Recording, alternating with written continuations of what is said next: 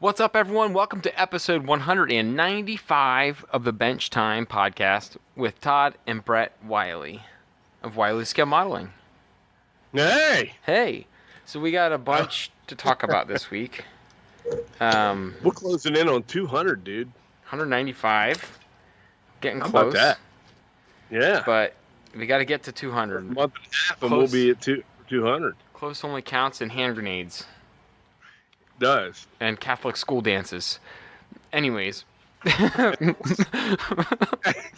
school dances. Well, they have that close rule, like you have to be like in arms width apart or whatever. Okay, I get you. Yeah, your middle school dance. Anyways. Yeah. I don't think it's like that anymore. Yeah, I don't think so. Yeah, I don't believe it's like that. It's probably middle school is probably worse than the high school dance. It's probably worse than it was when I was in school. Anyways, all right. We're going to go through some quick things. We're just going to do some house cleaning or whatever you want to call it and do an update of the Westboro Sandhouse because I know that for me has been like slow progress, and then I made a bunch of progress the last 2 nights. Getting all the detail parts painted, and it's one of those kits, Dad, where if you're not paying attention, like a Campbell's kit or these older kits where the walls are maybe not cut very clearly, we'll say. Like, you know what I mean? Yeah, and you got to be very careful with like which wall is which, or else one of them might be an 1/8 of an inch or a 1/16 of an inch shorter than the other, and by the time you got everything glued together, you're like, son of a bitch, that wall was not supposed to go there. So I had one of those moments, decided to tear it all back apart, and fortunately didn't break anything, but we fixed it. But that's what defines the craftsman kit, and that's what defines a craftsman. Oh, I'm not. I wasn't complaining, but I did complain. I'm not going to lie. I complained for about 5 minutes, and then I got over it. I understand. But I'd have been complaining. So I got all that done. It's got those sidewalls that are like exposed lumber on the outside. Yeah. Right. So that was a pain in the ass. But I got all that done the whole way around, and right now it's all clamped up, so I can't really touch it too much because I'm afraid if I touch it, it'll be like a house of cards and explode. But once it's done, dried up, and clamped, I'll unclamp it and finish the rest of it here in the next couple nights, probably over the weekend. But it's been a slow progress. But now, really, all I got to put on is the roof. The roof details. There's like I don't know what the hell you call it, a tall, skinny part of the building that goes on top of the roof. Like a church. Skinny. It'd be like a church steeple, but it's not a church. Like a tower on the top. Oh, okay. And then detail parts. So I'm excited to do that. Is that a finial or? Nah, it's like a tower. No, that's a pointy thing. Just call it a tower. I'm not gonna try and get fancy. Some French name for it. Somebody tell us what that is. Yeah. I'm sure they. But I have a funny feeling I know who that'll be. It'll either be Jake Johnson. Yes. Or maybe Matt again. They know those things, the structural parts of the buildings. Yeah, it's like a tall tower part on the roof. Look up the Westboro Sandhouse. You'll see pictures of it. But the one thing I wanted to talk about, that was my quick update. I'm painting detail parts. That's what I'm doing now. So anyways. Right. The one thing that came in the most handy with this build was looking up old reference photos from like the model railroad forums. Yeah. Of other people that have built it, because it's not a kit that's in production right now. Bill Sartori has it. I almost said Jimmy, but Bill has it now. Right. But Bill has it from railroadkits.com, but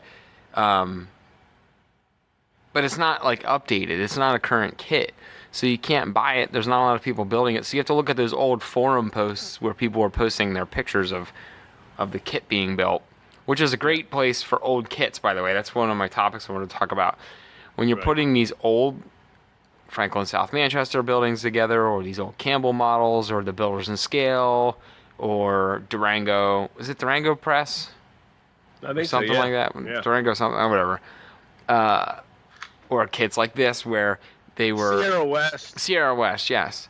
A lot of those older Craftsman kits, the forums, those old posts from like 2007, 2004, are full of photos of these reference photos of people building these old kits.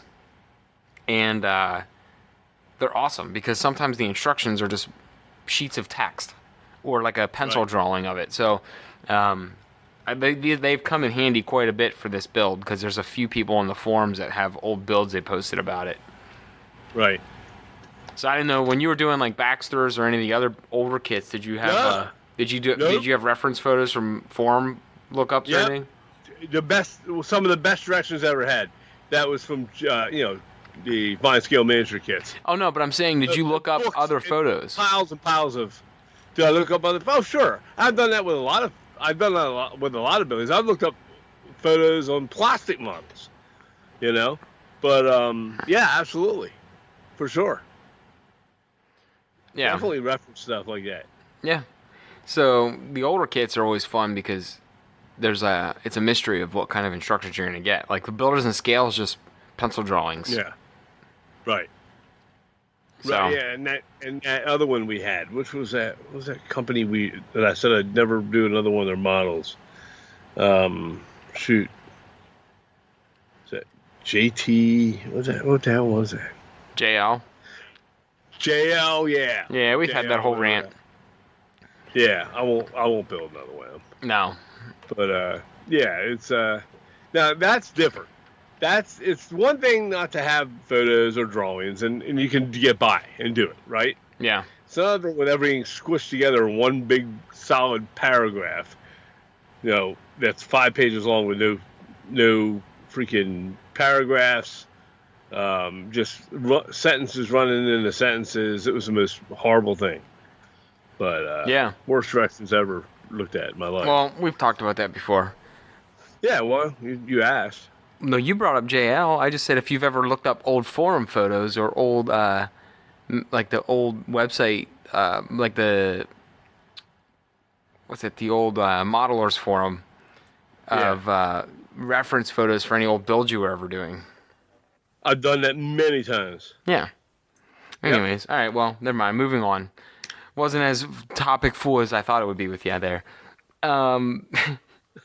Well, what did you want me to say? Well, I thought you would have been like, "Oh yeah, I found a bunch of old photos that helped." Because like when you're looking at sometimes when you're looking at the instructions, the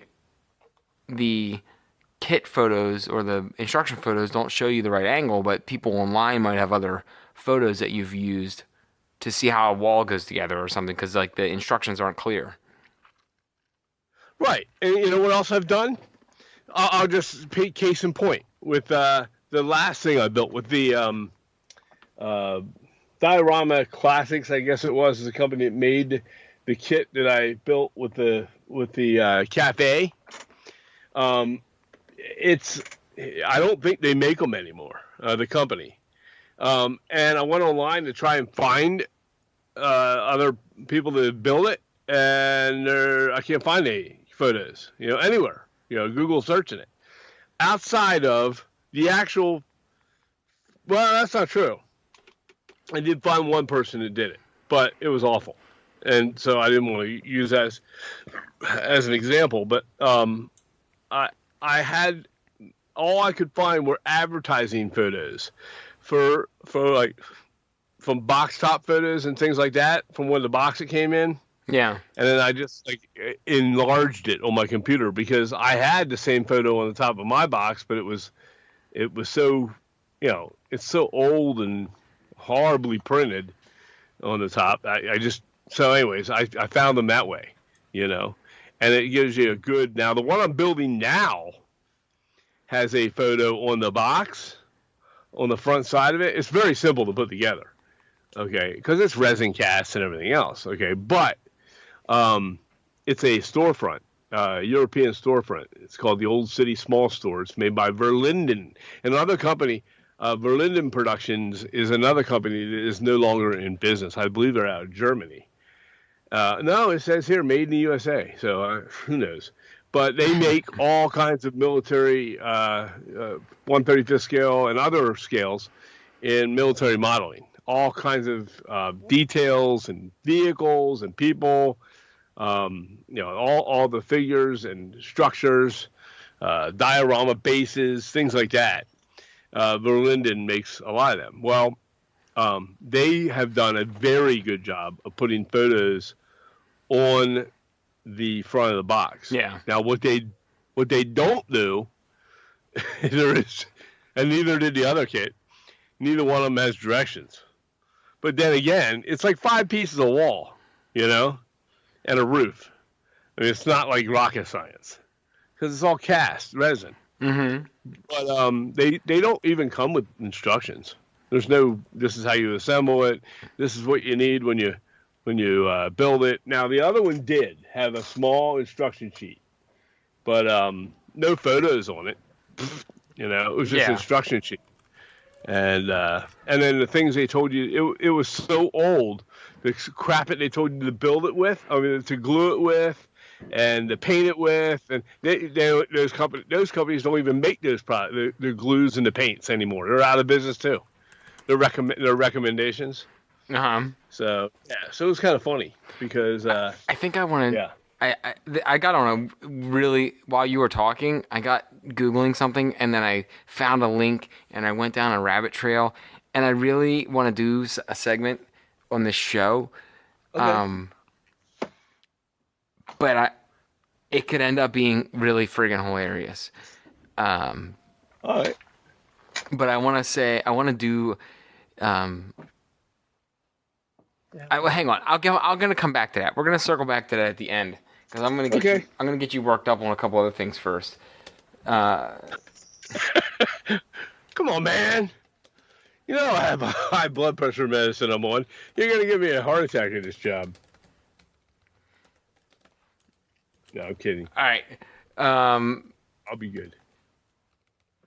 So, all right. Anyways, yeah, there's plenty of things to reference. The one thing I wanted to go over though after that, because I want to stay on a little bit of a script this week. Not a script, but just an outline. Is because everyone's also tired about hearing me talk about Westboro Sandhouse. I've been working on this kit for 3 months now. Okay. It sounded like someone just fell down my steps. But I don't sound like me. I don't hear any screaming. So. Well, that's not good either.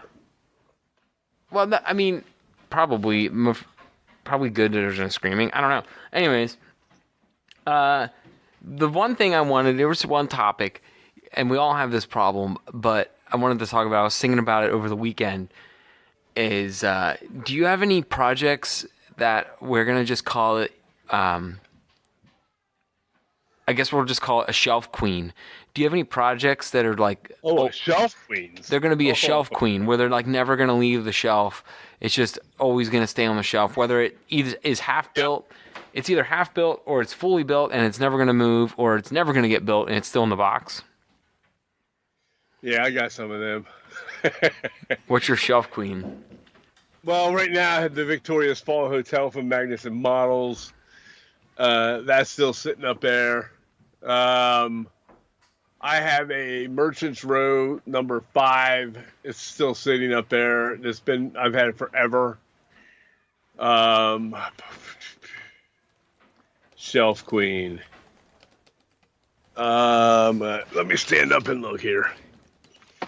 But I have a lighthouse from Seaport Model Works that I have not yet built, and I've had it forever. That one is what the hell is that? And a tugboat. What the hell, man?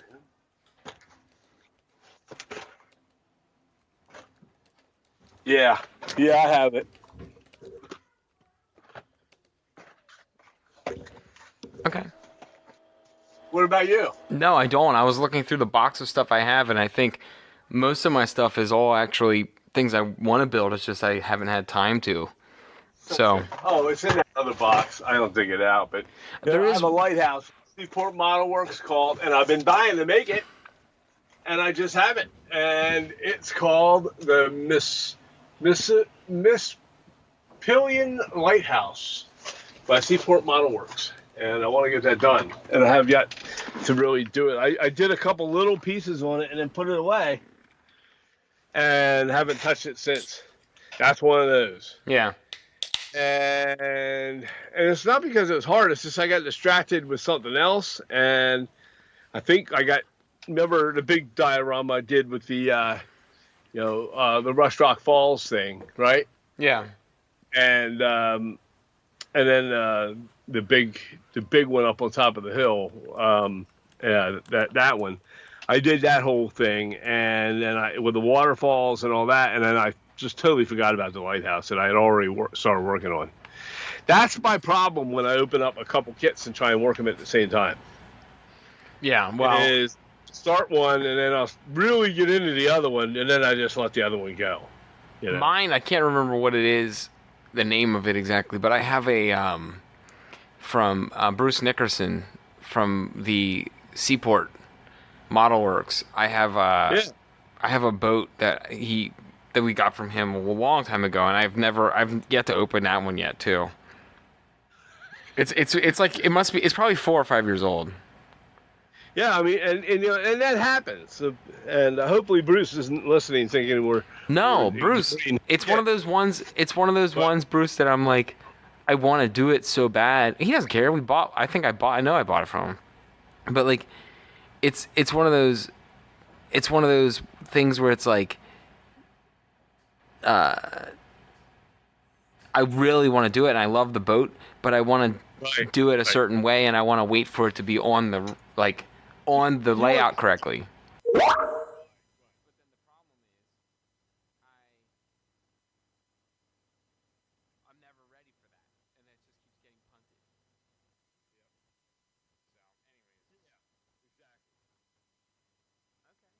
So we all have some shelf queens, and I'm interested in the comments if you guys have any shelf queens on your side.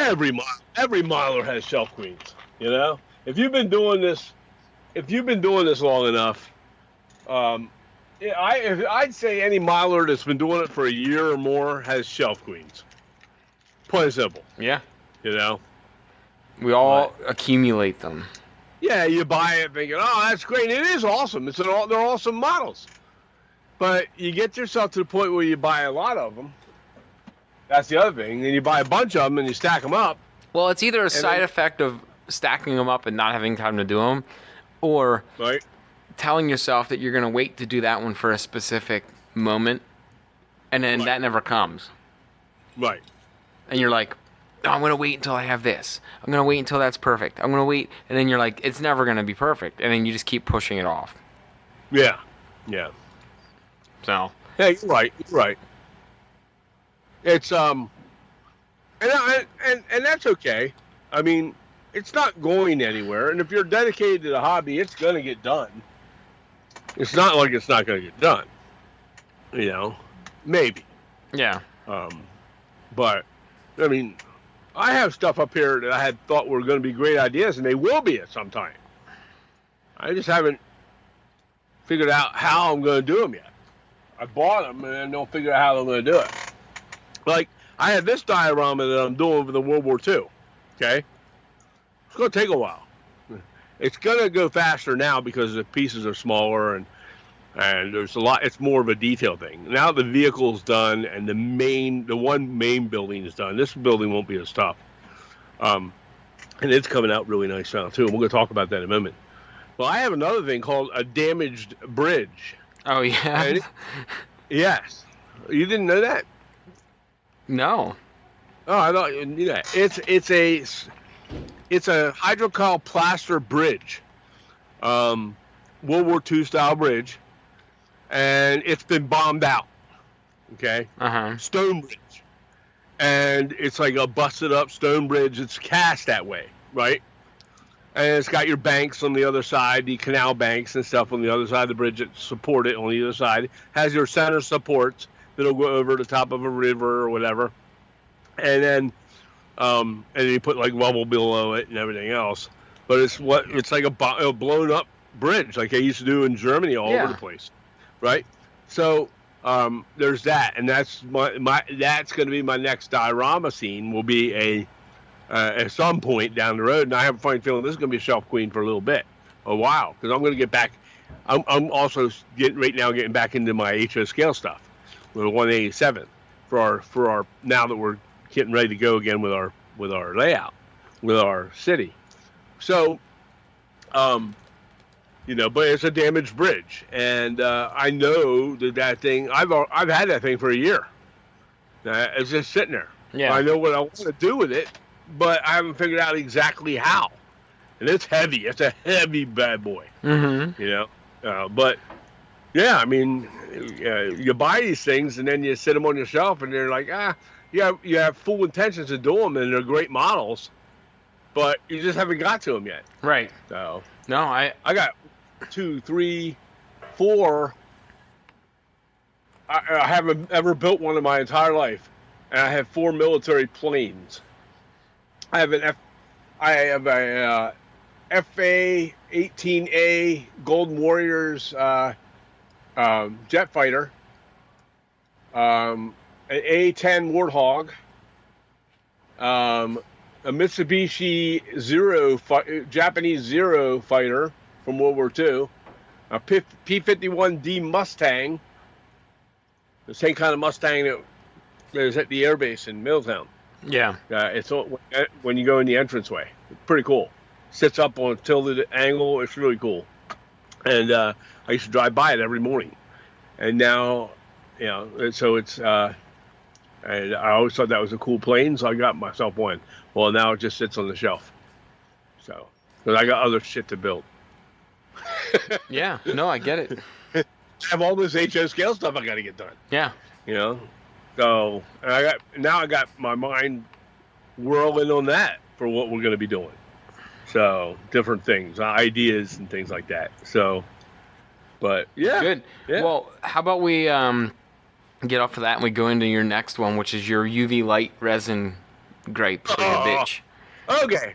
So, I'm watching this guy on YouTube, and I really like him. He's got a YouTube channel.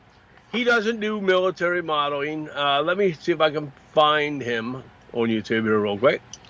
But he doesn't do YouTube military modeling channel. It's not military modeling. It's not HO scale modeling. It is the world of gaming. But if you ever watch those guys, the gamer dudes, yeah, on YouTube or anywhere, there's some amazing artists out there who do, figures, like gaming figures and right, sci-fi fantasy figures, that type of thing. Amazing detail work, and this guy's one of them. In fact, Pro Acryl is a company that makes paint, or new paint manufacturer on the market. Acrylic paint, just like AK or any of those others. It's a new company called Pro Acryl, and he is sponsored by them. Okay, they even have some paint sets that are designed for that are. I'm trying to find this guy's YouTube channel. What the hell? Sorry. And but the Pro Acryl apparently put his name on some of their products. So when I went down to the gaming store, the Adventurers Guild down here in Mechanicsburg, I went into their store and I was looking at getting a couple figures, and the gaming figures and fantasy type figures to try and paint some of them. And I'm going to be doing them too, by the way. There's another thing that's sitting on my shelf waiting to get done. I got like 5 or 6 of them. You even got me a gift certificate there, and I went in there and bought some from the gift certificate. But I was looking, and the Pro Acryl company has this guy's face on it, and here you go, and his site is called, of course, I can't find it. It would just pop up any other time. Anyhow, he was on there, and he does a lot of reviewing products and such like that, right? Yeah. As well. He was saying about this stuff is something you need to have. Any modeler needs to have on his workbench. And I can't say that yet because I haven't tried it. But it's UV resin in liquid form. It's a UV curable resin solution. It's like hard glue, okay? And when you're making figures in this scale, in the larger 1/35th scale, and some of the figures that are available for gaming, you have to put the parts on. So it'd be like a head, and the head may be in a couple pieces. We talked about this before. And each arm and leg is separate. It's not all one piece and molded together like a 1/87 scale figure, right? So what you have are some gaps in between. And if you ever tried to fill a gap the old-fashioned way, you use that tube. I have it here. It's a paste-like. It's called putty. It's basically plastic putty. Yeah. And you squeeze it out. Well, you literally have, depending on the humidity level or time of year, you literally have about 30 seconds to a minute to work with this shit when you squeeze it out. So you only want to take out little bits at a time of these little tubes. Mm-hmm. And it looks like toothpaste. And Tamiya makes the putty as well. Yeah. If you work with that, it dries real fast and then it hardens real fast. Well, if you don't get it in there just right and start hardening for you, you get this really wonky thing that you're going to have to sand out. And sometimes the crevices around the neck and shoulder areas where the neck and the head meet and that area, you don't have a lot of room to move a tool in there. Mm-hmm. So with this liquid resin, you can pour it into your gaps and seams, and you can do it on figures, but you can also do it on structures, like where the walls meet and things like that. And you pour the resin in with it's like a nozzle. You could probably pour this resin into a dark, squeezable container with one of those needle noses on it, and let it seep into the gaps. And then you take this flashlight. He had a resin curing flashlight, so a black light, I guess that's all it really is, right? A black light. And he just shined it over back and forth for like maybe 20, 30 seconds. And it was all hardened and very minimal sanding or filing has to go on with that. Okay. It perfectly sealed those seams when he did it. So I wanted to try it. Okay. And like any good YouTuber, on his show notes, he had all the links on Amazon to the places he bought that stuff. I think the UV resin was like $8.99 or $9 for the bottle, and the flashlight was $7.99. Well, I ordered it on Amazon. Mm-hmm. Okay, it was supposed to be there in 2 days, both of them, on the same day. So the resin shows up, and this has been happening a lot with me with Amazon lately, okay? And the resin shows up on time, and that's great. Boy, I sure would like to use it, but I don't have a goddamn flashlight, you know? Yep. The dog's barking. I'm sorry about that. It's all right. It's a hound dog for you, a ball or some shit. So I don't have this flashlight with the black light. So now I can't use the resin to fill the gaps in on my building that I'm working on right now. So what did I have to use? A stupid putty that I want to get away from, you know, if this works. So right now putty's winning this battle. Because you know why? Because it's freaking here. That's why. It's here. So I have it. And so the flashlight has not shown up yet. That was last Saturday. It is Thursday. Oh, it was Wednesday, going on Thursday. It was supposed to be here tonight by 10 o'clock. Now, let's talk about that.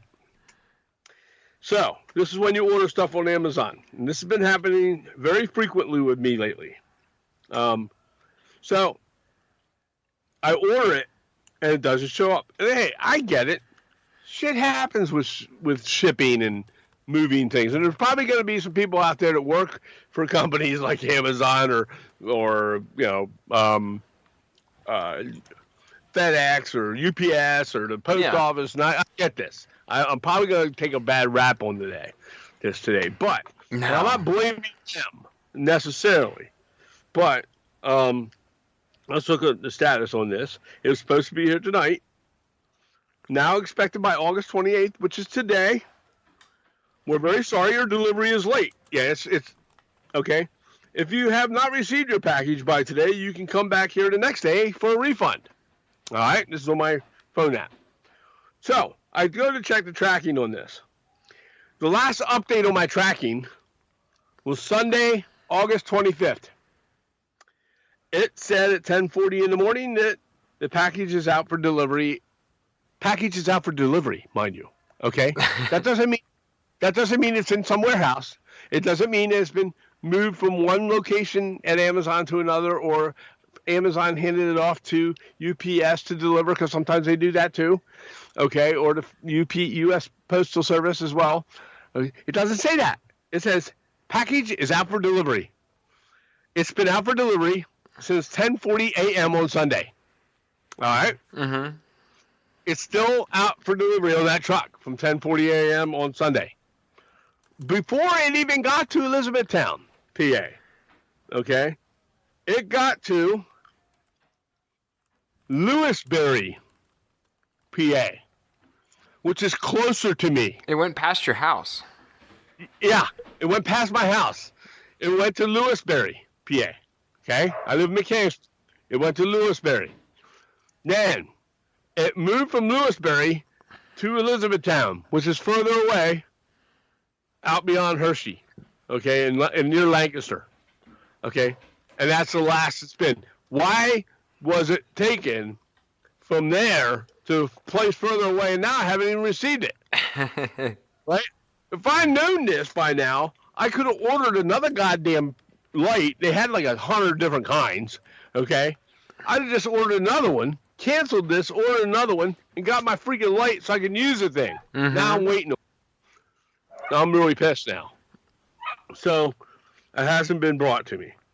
I don't know where it's at. It's in limbo. We're going to talk about limbo in a while here, but it is gone. Now your blue dog's barking. Yeah, I know. I hear him. But it's yeah. I mean, what happens? This has been happening a lot lately. I order something and it'll show up in like Carlisle, which is real close to me. Okay, and then it'll leave there and go to Harrisburg, which is a little bit further away. Okay, not much, very close too, but further away than Carlisle. Mm-hmm. Okay, and then it'll go. I've had it go to like up Selinsgrove or some shit like that, way up the river. And I'm like, what? Lewistown. That was it. Lewistown. And I'm like, that was another. I'm like, why is it in Lewistown? And then you gave up on it. You're like, oh, I'm going to have to just refund this thing or get a refund on this thing. And then you're all set to go to refund. And all of a sudden you open up your front door and the son of a bitch is laying there. Yeah. But it's about two weeks later, you know, and it was supposed to be there in a day or two. Hey, if I lived out in the Booney Stick somewhere, I can understand it, but I do not. I live in the state capital of Pennsylvania. Okay? It should be here. It should be here. I agree. No excuse. It's a bunch of shit. It's becoming more and more of a problem, and it's not just Amazon. It's any shipping lately that I've been having.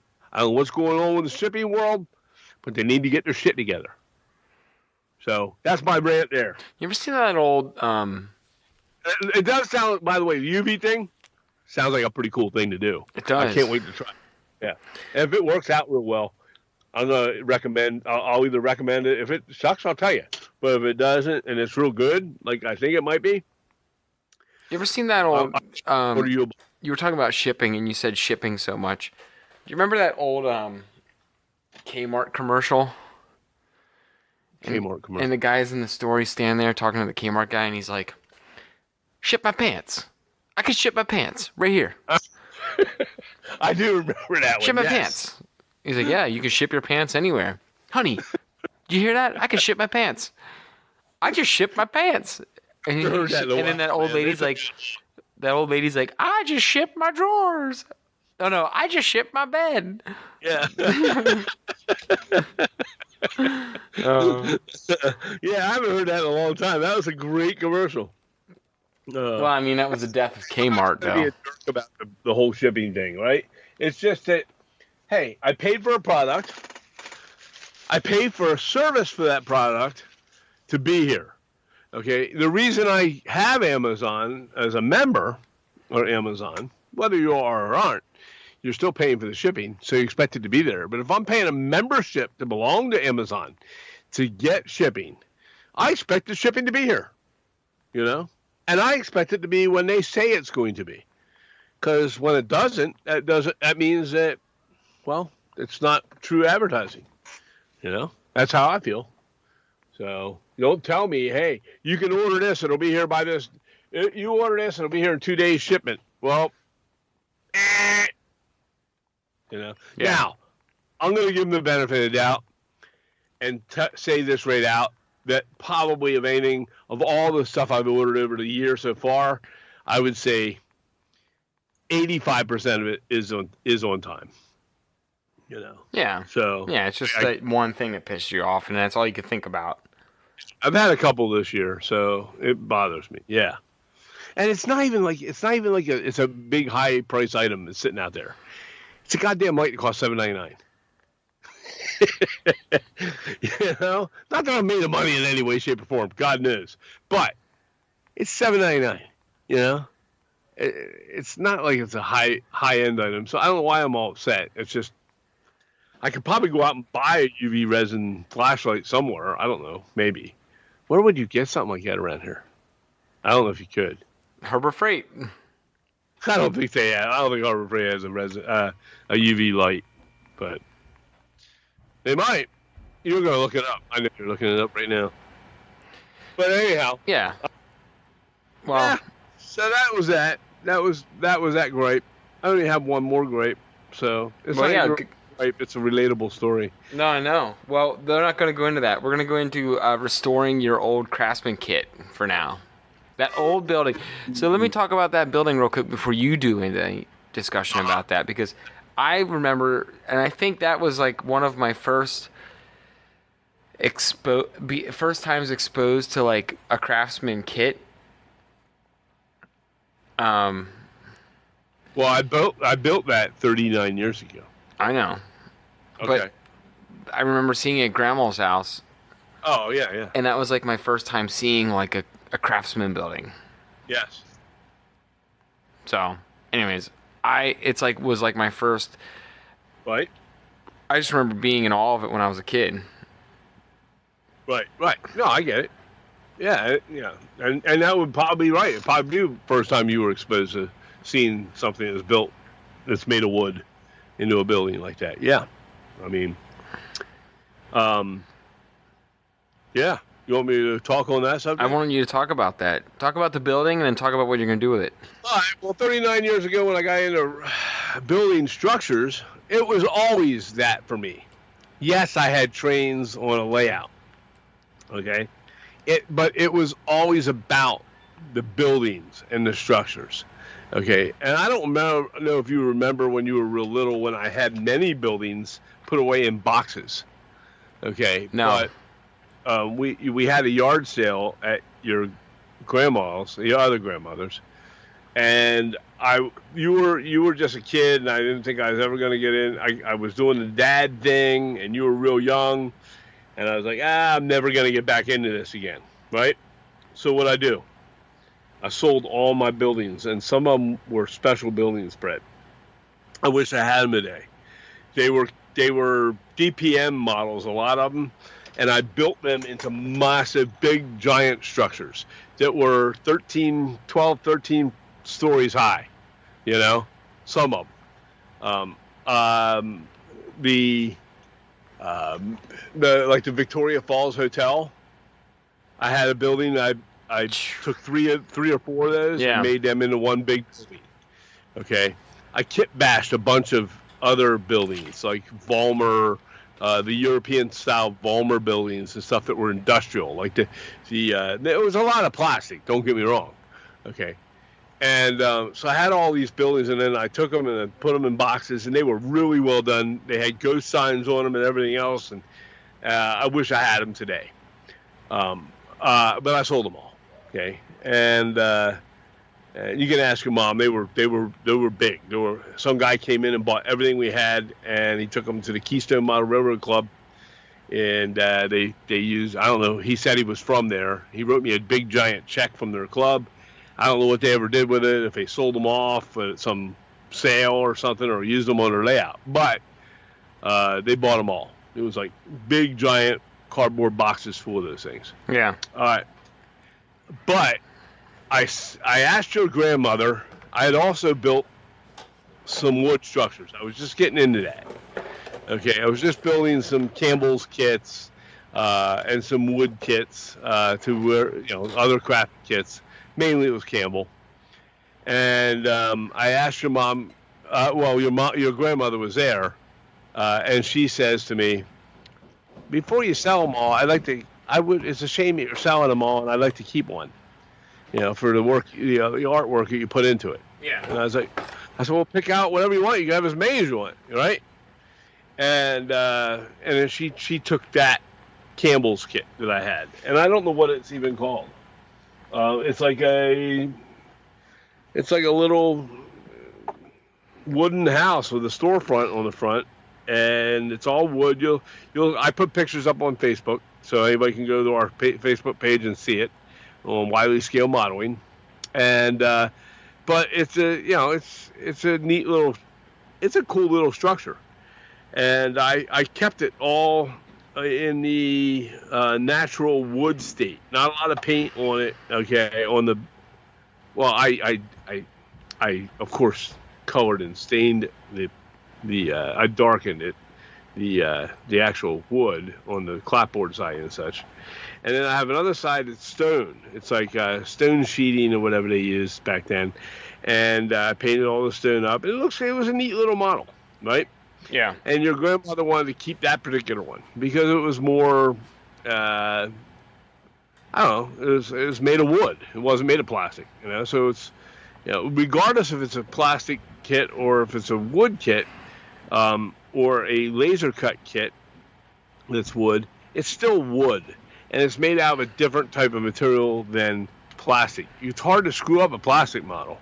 It's real easy to screw up a craftsman kit, right? So she chose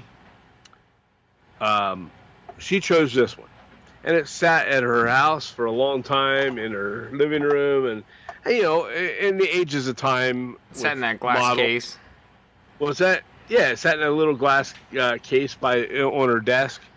And but in time, I guess the glue gets brittle and the pieces get brittle and they start falling off. And it had some corrugated tin roofing on the one outside, or I guess it's a jut out building, a jut out garage. It has like some corrugated tin on it for the roofing, and it's the same stuff that the Campbell's has. It's the same stuff we use today. Yeah. But the glue under it was drying off, so some of the panels are missing. And there's a front porch overhang over the front porch that it's like an awning overhang, but it's made of wood, and it was shingles on it, and it fell off.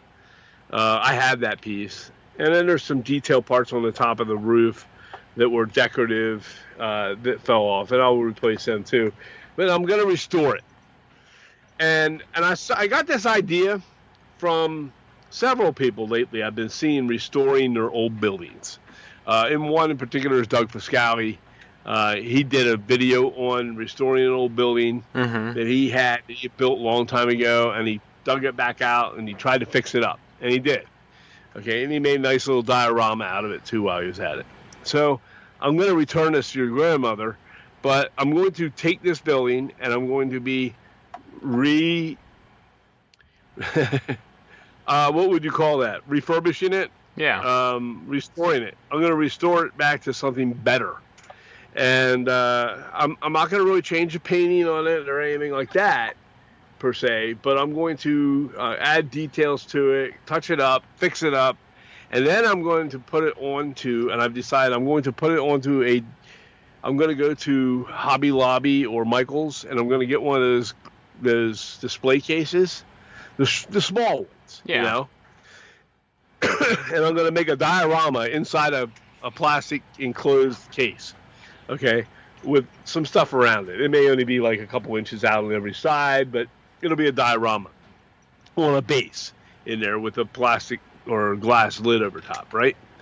And I'm going to do something along that lines and then return it back to her with a whole scene out of it. Since I got tons of stuff I can do that with. And, let's do it up and jazz it up, make it look nice for her. And so that's my project right now. I'm really excited about doing that, actually. I never thought I would be. And it's a quite simple building. I'm here looking at it now. But it's, so that's my new thing with that. It's something I really want to try out. And I like to look at it going, okay, this is where I started with the Craftsman kit. This is my first Craftsman kit, basically. Right. And I'm looking at it, I'm going, well, I'm looking at it now, and yes, could I have done better now? Oh, yeah. Okay, but it turned out pretty good anyways. Sans the stuff that's falling off of it now, because it's like a leper. It's like it's like where buildings get leprosy, man. Well, the glue dries out. And... shit starts falling off. Do you ever see a Monty Python movie? I think that was the Holy Grail or what it is, and the guy's outside the castle and he's fighting somebody, his arm falls off and he's wanting to fight and then he loses his other arm. Yeah. I still got one good leg. 'Tis but a flesh wound. Well, this is kind of like that. Shit falling off of it. But it still looks good. It just needs some touch up and some re-gluing and we're going to put it back in condition. I'm looking forward to doing that. So if anybody's got any conditioned models that they reconditioned, old butt models that they reconditioned, and did a project like this, put them up on our Facebook page and show us. I'd like to see what you've done. I love seeing that. It's like bringing back something that you did and making it better than what you were, that you might not have been capable of doing earlier, or just to jazz it up and make it look nicer. So, yeah. No, I think it's a great thing. All right, let's go into the next one. I'm excited to see how that turns out, but it'll be fun to see it because I remember, like I said, as a kid, that model was always like there, and it was like in that glass case, and it wasn't touchable. It was like protected in there. It was like, oh, that's like a secret. Not a secret, like a coveted thing, and so I'm excited to see it rebuilt. Yeah, it'll be fun. Anyways, all right. I won't have to. The one nice thing about it, and I will say, and anybody that's ever built a Campbell kit will agree and understand, every single one of those Campbell's rolls of shingles, every one of the shingles that I put on here is still firmly attached and looks great, by the way. That's and awesome. I'm like shocked by that. I'm not even going to replace them. They're beautiful. I never thought they would have lasted. That stuff. That stuff was the most horrible stuff to work with. It rolled off. And it stayed on. Yeah, it did. Huh. It did stay on. Okay. And, so anyhow. All right. Well, let's kind of segue into that. Sometimes you lose your shit when you're putting on those Campbell shingles because they're a pain in the ass. But we'll call this next segment losing your shit. So you were talking about you wanted to do something on did you ever lose your shit? Which is and I'm thinking it's not like going crazy or mad. It's something else. It is when you're working with things that are small, detailed, heck, even some things that are bigger. Okay? Tools, little detailed parts, small detailed parts mainly. Okay, but any detail part. And you're working in your shop. I lost my shit last night. And you drop it. Yep. Okay, or you knock it off your workbench with your elbow or your big, fat, clumsy hands. Okay, or something you have on the workbench that you moved and you knock that off, and then next thing you know, you go look for it and it ain't there.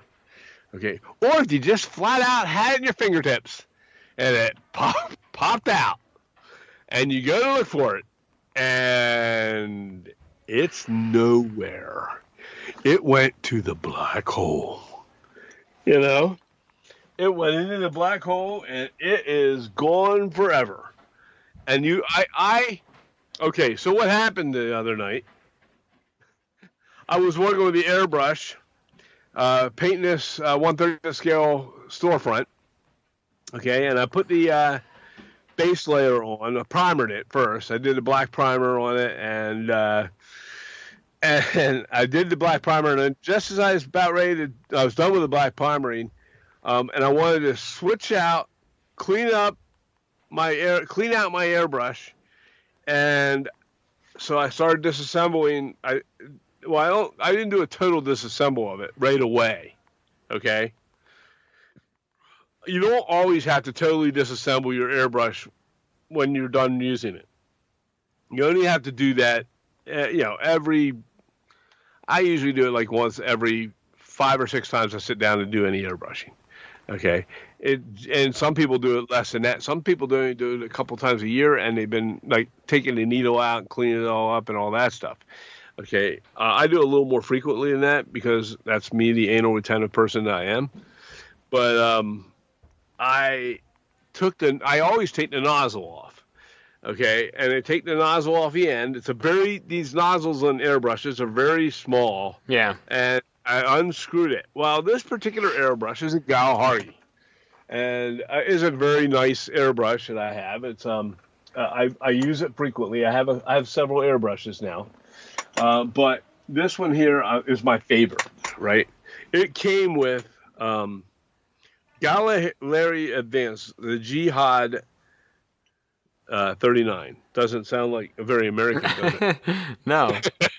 It's spelled GHAD-39. That's the model. It stands for Galahari.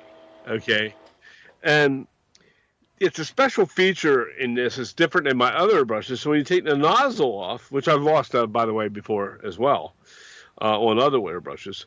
But you take the nozzle off, and there's a nozzle cap. You take the nozzle cap off, you clean that out, and then you take your nozzle off, and usually it's just one nozzle piece. Mm-hmm. Fine. This particular model has a special nozzle that drops down in. It makes it very easy to clean. So it's like this little, once you take the nozzle off, there's an insert with a point inside, very, very, very delicate and tiny, and it fits down inside the nozzle, and then your needle goes through that and into your nozzle, right? And well, it's a drop in. You just drop it into this inside the nozzle and then screw it on. But it needs to be taken out and cleaned. And so I took it out to clean it. I sat it aside on my little cleaning station thing here, and I was trying to clean up the nozzle part, and I had a wire brush thing that I use. And I brushed around that little nozzle insert thing. It popped out before my very eyes. It popped out and hit my floor. Now, my floor is covered I have a desk chair mat, one of those plastic desk chair mats, and underneath he's got a 70s 3-inch shag rug. No, I'm just kidding. Yeah. But I do have carpet underneath all that. But I went and bought this rubber, pieced together rubber flooring. Yeah. Okay? I have that down, and then I have a plastic desk chair mat on top of that, right where my desk chair is between my two benches, so I can roll around easier because it doesn't roll. The gaming chair doesn't roll real well on the rubber mat. It kind of just sticks into the rubber mat, right? The wheels. Yeah. And a desk chair would do the same thing with the your normal desk chair. Anyhow, so I heard it. I heard it hit. I don't know where, because by the time I got my eyes down, it was gone. The nozzle hit somewhere down here on the floor and bounced because it hits that plastic floor and the rubber mat. And who the hell knows, because I didn't catch it with my eye very quick enough. and it hit the floor and bounced somewhere. I have no clue where. No clue. Okay, now I'm pissed. Okay, so I had to take my desk chair, move it out of here. Okay, I'm down here on the floor, crawling around with a flashlight, not a UV flashlight, smartasses. I'm down here. I don't have that yet. So, as you know. But I'm down here with my flashlight, and I'm shining it around trying to find this part. I spent 2 hours, Brett. I moved everything. 2 hours. I was in here MF this and MF that. I was losing my mind. Okay? I was so mad. Okay, so I moved everything out. It's going to show up. Yeah. Okay. New ones. I got online, went to the company's website. They show up the day after they come in. It's cheap to order it from the company's website than it is from Amazon. Okay, but where I originally bought the thing. The whole thing. But the part the new drop-in nozzle piece was like $5.95. So I ordered another one. Actually ordered 2 of them now. So that way if I lose it again, I'm not going through this hell. But so I'm down here. I moved everything around. I don't know where it's at. I still haven't found it. It's gone, and I have I thought maybe the dog wasn't even in here the whole time. Mm-hmm. Okay, so I'm thinking puppy grabbed it, and he wouldn't even have seen that. He wouldn't have messed with that. He only likes to go after things that he knows that are important to me. Right. Like shoes. Okay? Like he doesn't destroy them. He just likes to grab them and run. It's a game. Anyway, besides that. So I know he didn't get it because he wasn't even in here. Okay, he was sleeping out in the living room with your mom. Mm-hmm. And I'm in here just ripping this place apart. I moved everything out, moved everything all over the place. I can't find it. I don't know where it's at. And, I mean, the plastic tub that I have it's underneath my desk or underneath the desk where the my spray booth is, and it's the vent to my spray booth, and it goes in a plastic tub with the water. Uh-huh. But I have little holes drilled out on top of it to vent, and I had to open that plastic Lowe's tub with the lid and my whole venting system, and I'm looking down there, swishing the water around to see if it went into the water. It didn't. It's just completely clear water. I'm in there shining a flashlight into a water bucket. I was looking everywhere for this thing. I don't know where it's at. It's gone. It's gone. It went into that black hole that, now granted it's small, but it's shiny and stainless steel, and it should be able to be seen. Mm-hmm. Okay? But it's nowhere. So, anyways, there's another one coming. But my gripe is, well, it's not really a gripe so much as it's something I think we can all relate to. We lose things, and you never find them again. And You find them when you tear your house down, though. Yeah, that's just it. You find them when you tear your house. Or I ordered a new one, and it comes, and I guarantee you that's going to stick. I'm going to walk in here. It's going to be laying right there in plain daylight somewhere. Mm-hmm. I know it will be. And that's I'm going to lose my mind when that happens. Yeah.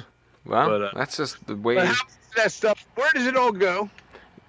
Is there a pile of? George Carlin did a thing about this one time. Where you lose your stuff, yeah. You lose your stuff, and it's absolutely true. You can check out George Carlin, the comedian. That's for you younger people that don't know who he is. But he did a whole skit on losing your stuff, and it's so true. But one clear thing is, I believe there is a place where they all are. Oh, yeah. It's all sitting there. There's a little mythical creature that's down there, and he's like, you got all your shit. That fellow, he's going to want that. I'm going to take that. He's this little gremlin guy. He's a carpet gremlin. He lives in the carpet like a troll. He walks through the threads of the carpet. And then when you're at work, all the carpet gremlins, or when you're sleeping, all the carpet gremlins get together in your area, and they show each other all the shit they steal from you. They're also the same ones that move stuff. You come in here to your workbench and you think it's in one location, and you put it in that spot, but it's not somewhere else on the bench. They come in and they move that shit around on your bench. Oh, yeah. The carpet gremlins. Mm-hmm. Mm-hmm. Yep. They're the model gremlins. That's Oh, exactly man. what happens. Yep. So you've done that, huh? Everyone's done that. I know. If you haven't done that, you don't have stuff on your workbench. And I don't believe you. Yeah, exactly. Now, So, fortunately, that particular airbrush came with a 3 millimeter needle and a 5 millimeter needle. So that forced me to have to tear the whole airbrush apart, which I really didn't want to do that night.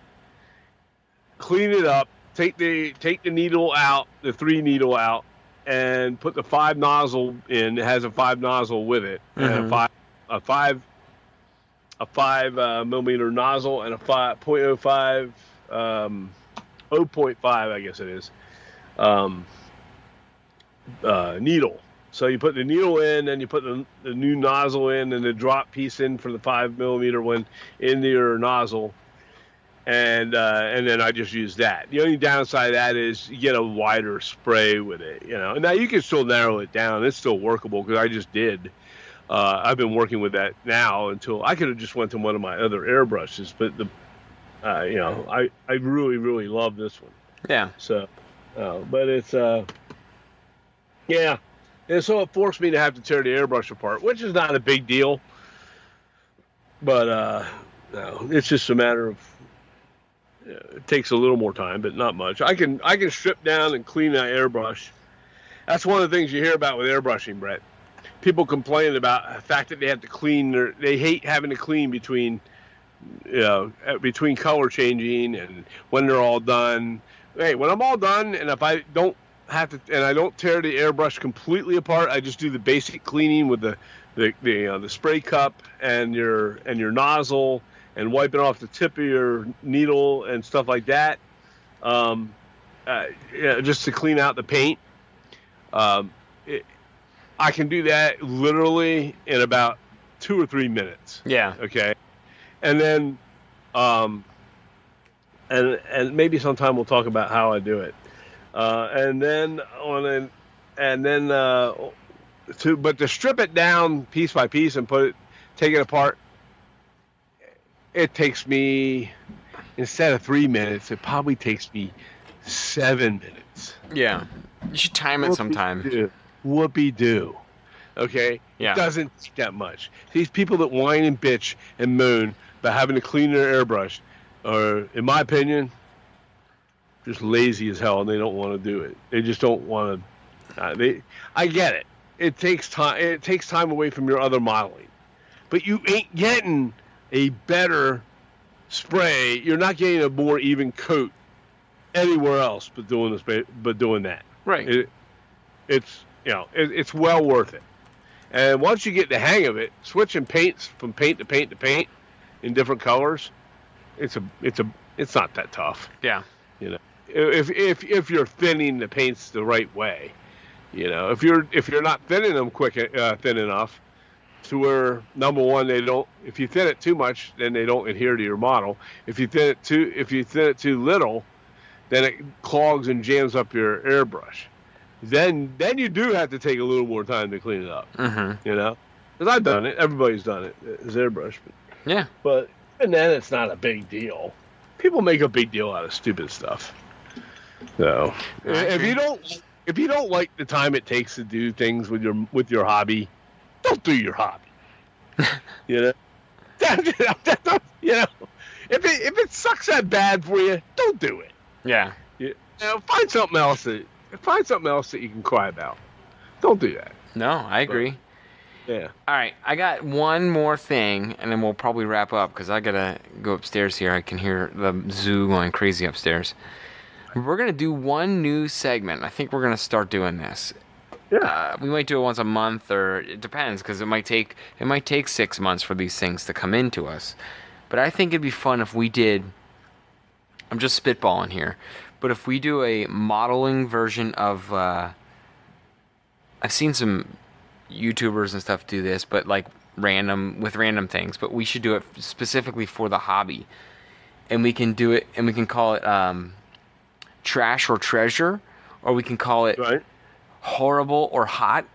but then the HO in horrible and the HO in hot are capitalized.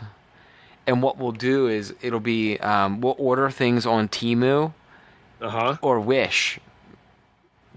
Okay. And we'll see when they come in, and we'll find them that are specifically for model building or modeling things. I've seen somebody do that already. In modeling? Squidfire. Yep, in modeling. Oh, shit. Well, he took our idea. He's a gaming modeler. Okay. Let's do it for us. Well, I don't want to copy someone's idea, but there's a lot of other YouTubers that have done it too, and I think it'd be funny if we found other tools and we just be like, this is absolute dog shit, or this is actually like a nice thing. And I know that I figured there was probably another modeler that's done it, but it would be fun to find other products that haven't been done and just start doing that. So I think I'm going to see if I can get some. It'll probably take... Some of these things might take months to come in. Who knows? Yeah. But let's start doing that. Yep. Yeah, it sounds cool. I would enjoy doing that. And some of it's like you can get a thing for like, it might only cost you $8 or $4. It might just take, we might not get it till January.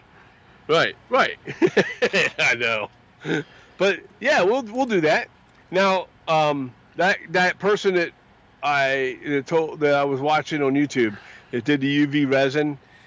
His channel is Ninjon, Ninjon. He's funny as hell, and he's an awesome modeler. He's got some great tips. Go check him out.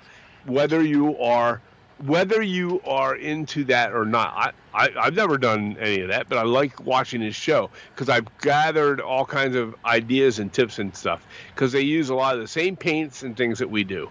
So. Go check that out, Ninjon, and he has some really cool. He's funny too. Yeah, he has some really cool videos out there on his channel. So go there and check out his channel. And that other guy I was talking about, Squidmar, he's funny as too. He's pretty funny too. So, yep. Okay. Well, that's all I got. I was just looking on Temu here now, or Temu. I think it's called Temu technically.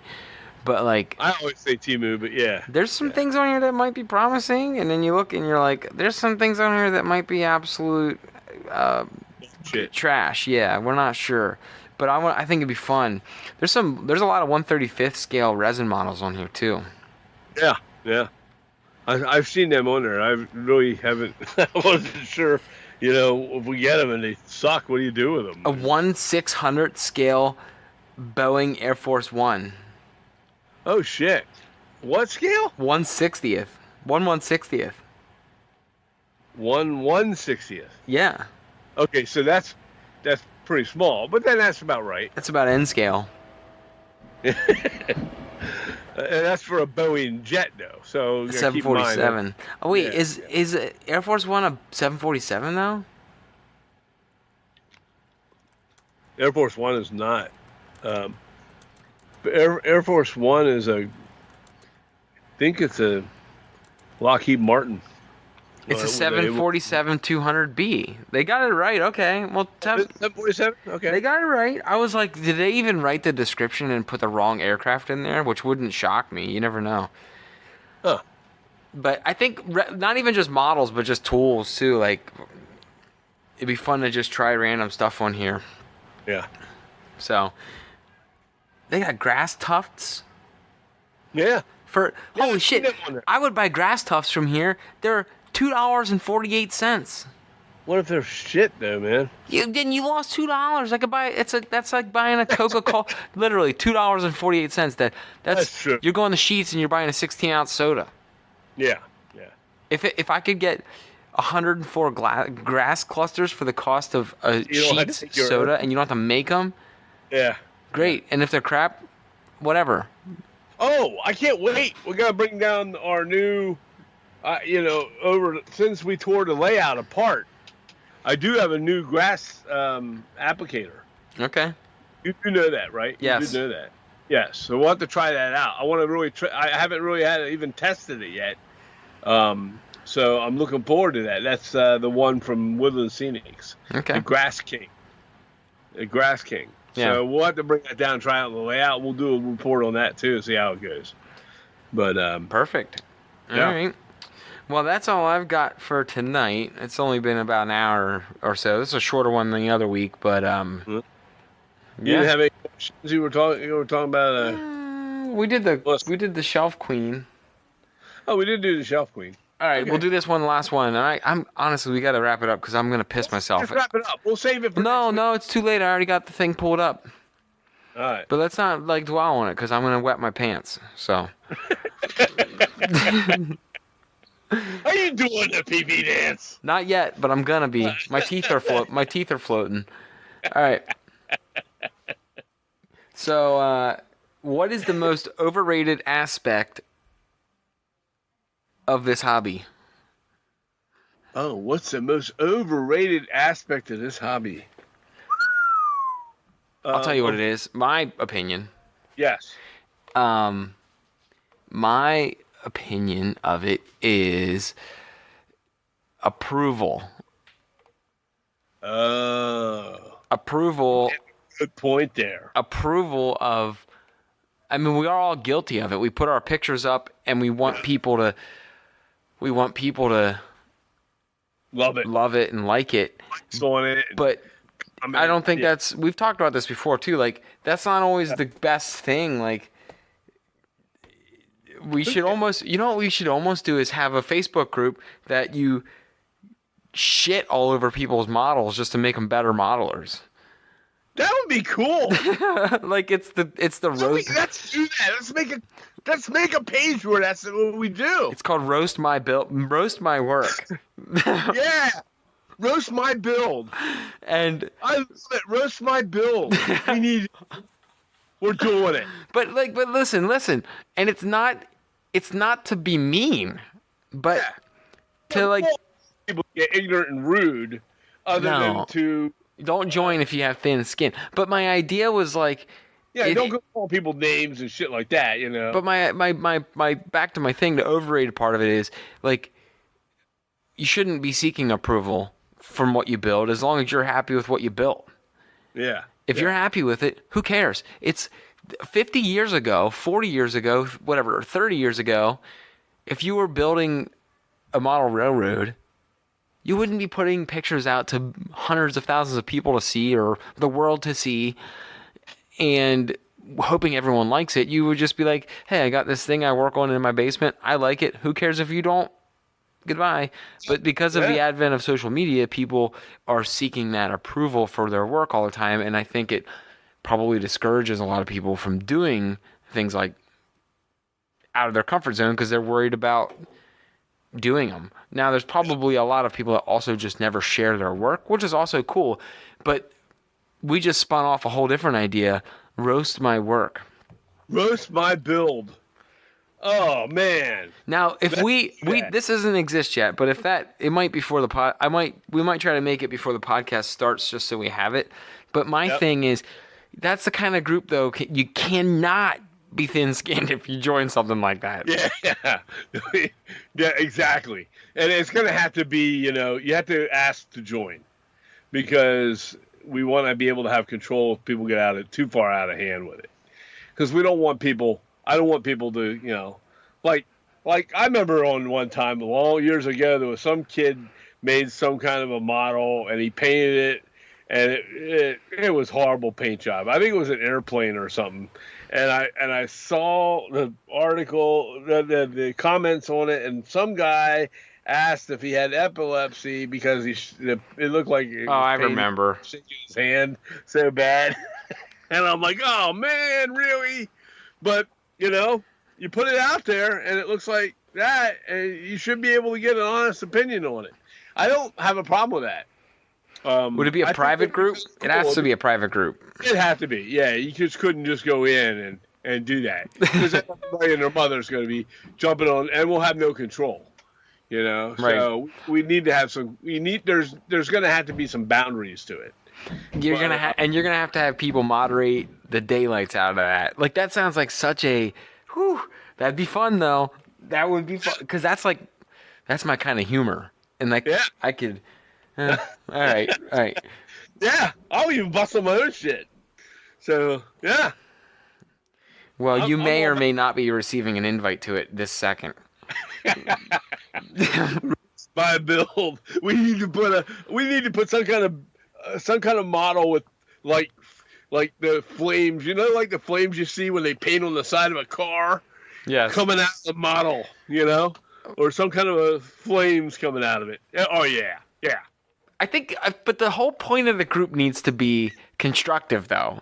Like, have fun and bash on it, but then be like constructive. I don't know. There's got to be a way you can do it. Like, you have people who take it as constructive.